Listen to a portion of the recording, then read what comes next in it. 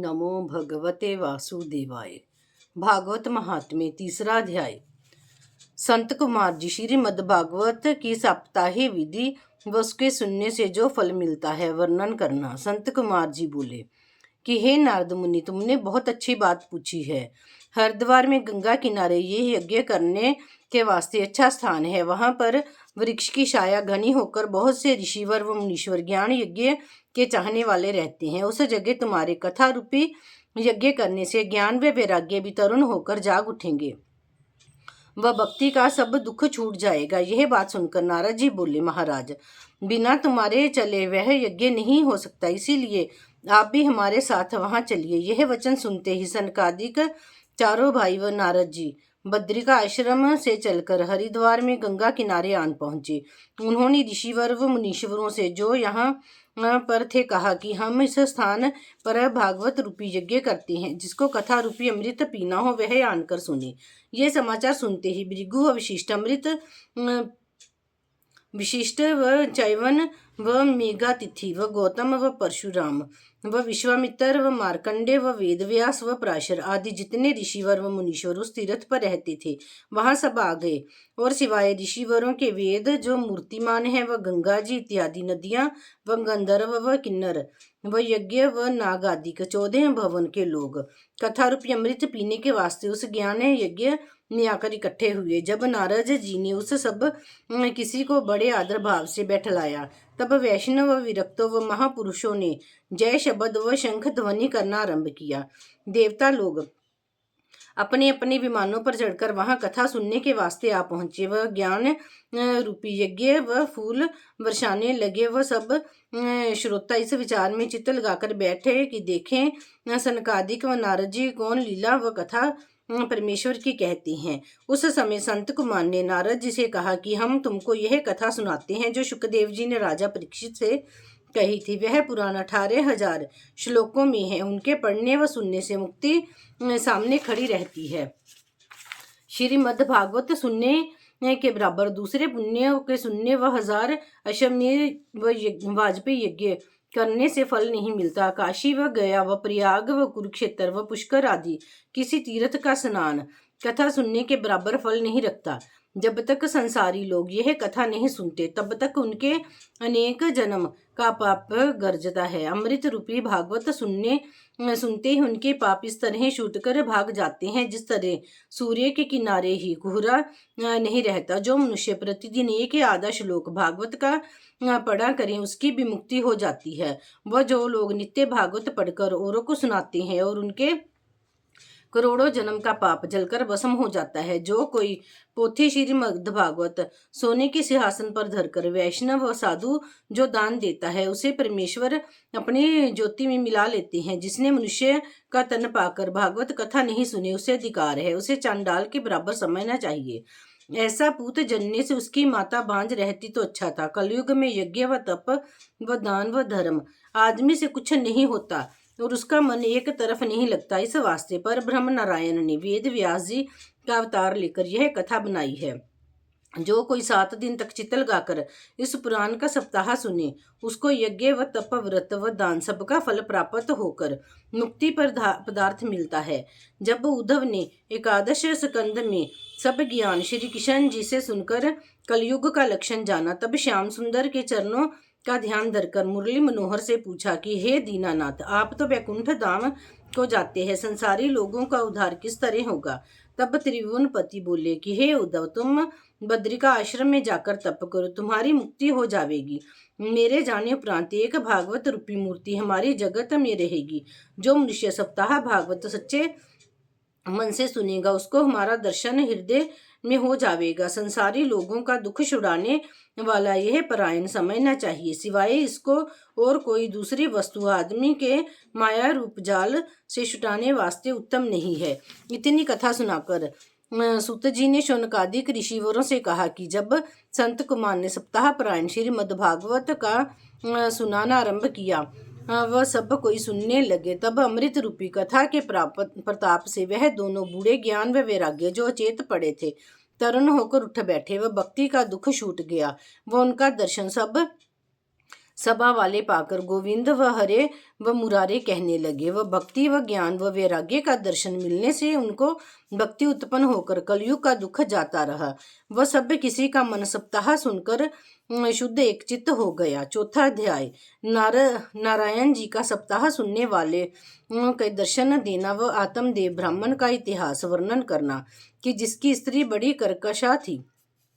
सूत जी ने शौनकादिक से कहा कि जब सब वैष्णव ऋषिवर सप्ताह सुनकर एकचित्त हो गए तब श्री वृंदावन विहारी सांवली सूरती मोहिनी मूर्ति ने पीताम्बर ओढ़े करधनी व मुक्त कुंडल जड़ाऊ पहने केसर व चंदन की खोर माथे पर लगाए उद्धव आदि बैकुंठवासी भक्तों के साथ लिए उस ज्ञान यज्ञ में आनकर सबको दर्शन दिया।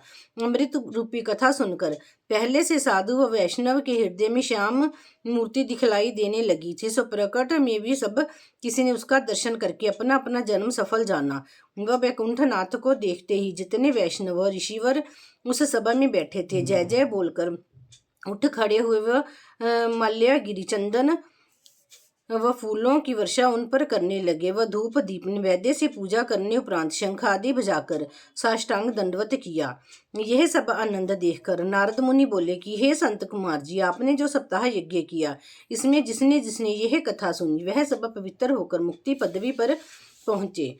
और सब कौन कौन लोग यह अमृत रूपी कथा सुनकर भवसागर पार उतरेंगे उनका हाल वर्णन कीजिए। संत कुमार जी ने कहा कि जो कलयुग के मनुष्य बड़े पापी व दुष्ट व लालची व झूठे व चुगल व कामी उत्पन्न होंगे, अपने क्रोध से आप जले मरते हैं, वह लोग 20 सप्ताह यज्ञ को सुनने से पवित्र होकर मुक्ति पदवी को पहुंचेंगे। और जो कई कलयुग में माता व पिता की सेवा व अपने कर्म व धर्म से रहित व लोभ में डूबा रहकर झूठा व चोर व ठग होगा, वह भी यह कथा सुनने से भवसागर पार उतर जाएगा।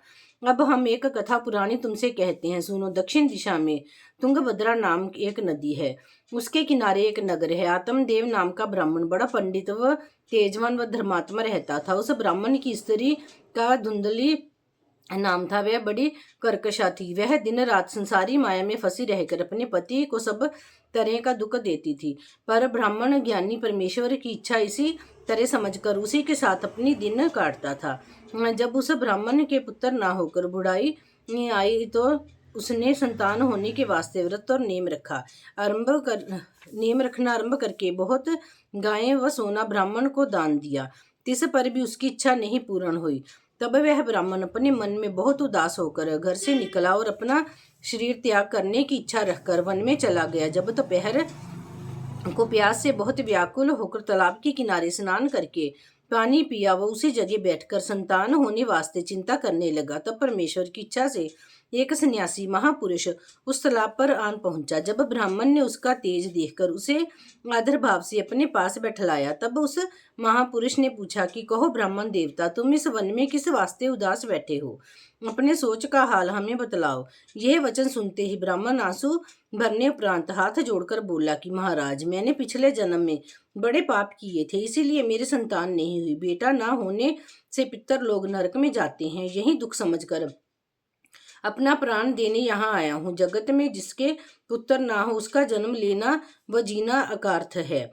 वो उसके धन व कुल पर धिकार समझना चाहिए। मैं सौभागी हूँ कि मेरी पाली हुई गो भी बांझ है, वह मेरा लगाया हुआ वृक्ष भी नहीं फलता। जो फल बाजार से मोल लाता हूँ वह भी सूख जाता है।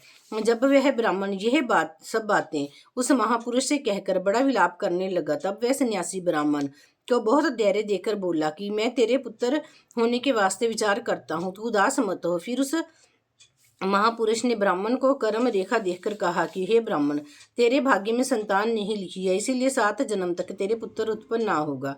किस वास्ते इतना रोकर अपने प्राण देता है? संसारी माया सब झूठी है। जगत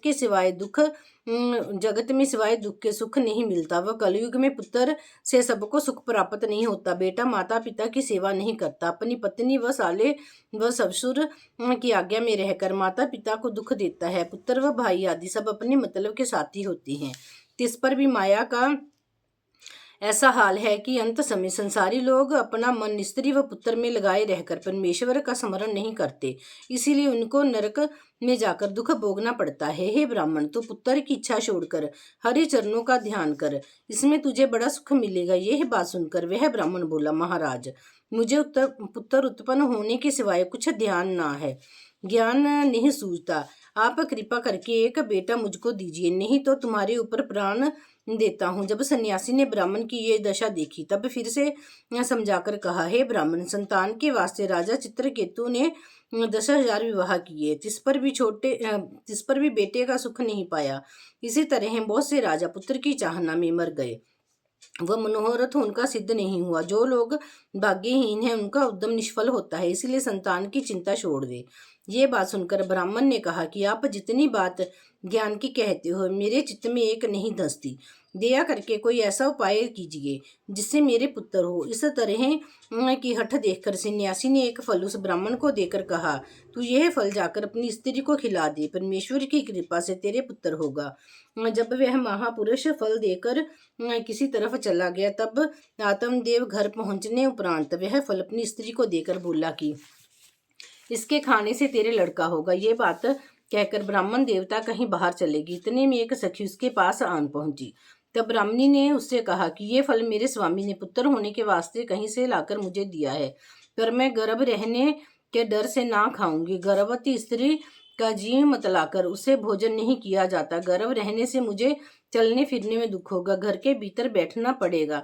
वह सखी सहेलियों की बीन छूटकर गाने बजाने में विघ्न होगा। वह जनते समय बहुत दुख होकर कदाचित लड़का पेट में टेढ़ा हो जावे तो मेरा प्राण जाता रहेगा। वो मेरा शरीर कोमल है, दुख कैसे सहूंगी। यदि कुशल से लड़का भी हुआ तो उसके पालने में बड़ा कष्ट होगा। बालक कपड़े व बिछौने को मैले व मल व मूत्र से भ्रष्ट कर देता है। दुर्गंधी से मुझसे किस तरह रहा जाएगा। इन सब दुखों को उठाने से बांझ व विधवा अच्छी होती है, जिनको गर्भ का दुख उठाना नहीं पड़ता। ऐसी ऐसी अनेक बातें उस ब्राह्मणी ने अपनी सखी से कहकर वह फल नहीं खाया, उठाकर रख छोड़ा।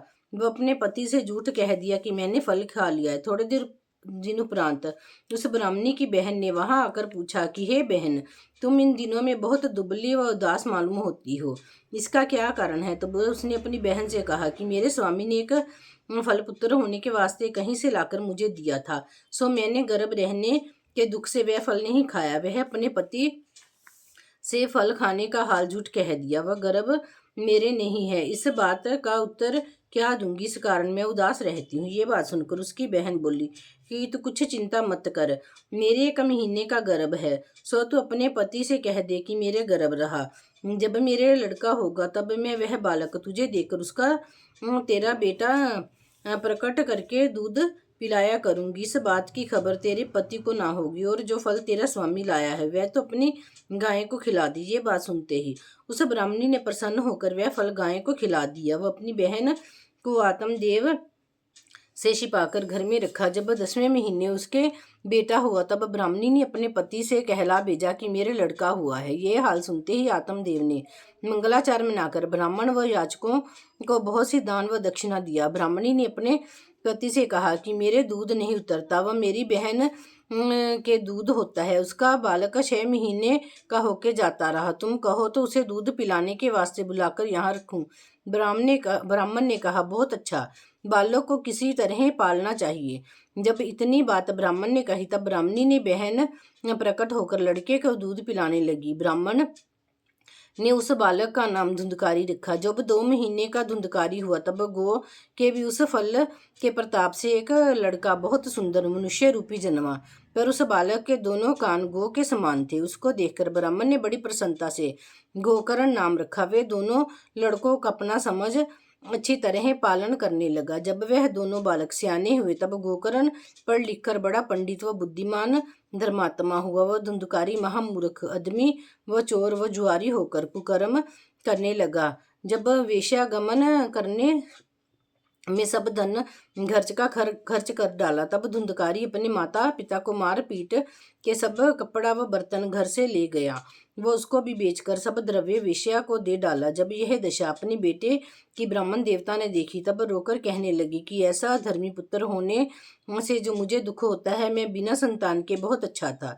इस जीने से मेरा मरना अच्छा है, जिससे महाकष्ट व दुख से छूट जाऊं। ये हालातम देव का देखकर गोकर्ण ने कहा कि हे पिता, संसार में सिवाय दुख के सुख किसी को नहीं होता। तुम किसी वास्ते इतनी चिंता करते हो? जगत में राजा व प्रजा, धनी व कंगाल जितने आदमी हैं, सबको एक दुख लगा रहता है। जिसने संसारी माया छोड़कर परमेश्वर में ध्यान लगाया, उसके सुख होता है। इसीलिए तुम्हें ज्ञान तजकर स्त्री व पुत्र का मोह मन से तोड़ डालो व वन में जाकर परमेश्वर का भजन करो। तब तुमको सुख मिलेगा। संसारी माया मोह में फंसे रहने से आदमी नरक भोग करता है। जब यह बात गोकर्ण की सुनकर ब्राह्मण देवता को कुछ ज्ञान हुआ, तब उसने गोकर्ण से कहा कि तुमने बहुत अच्छी सम्मति हमको दी है, पर बिना ज्ञान सीखे वन में जाकर क्या करूं? जो मेरे उद्धार का उपाय हो सो भी बतला दे। यह वचन सुनकर गोकर्ण बोला कि हे पिता, ये सुनकर तुम्हारा संसार की माया मोह के बीच में लगा है। इस मन को तुम उनकी तरफ से खींचकर हरि चरणों में लगाओ। वन में अकेले बैठकर परमेश्वर का ध्यान करो। वह संसारी माया व तृष्णा को छोड़ दें। यह साधना करने से बहुत सुख पाकर मुक्ति पदवी पर पहुंचोगे। यह ज्ञान सुनते ही आत्मदेव ने प्रसन्न होकर संसारी माया छोड़ दी। वह वन में जाकर परमेश्वर का स्मरण व ध्यान करने लगे। कुछ दिन बीते, तन अपना त्याग कर मुक्ति पदवी पर पहुंचा। बोलो श्री कृष्ण भगवान की जय।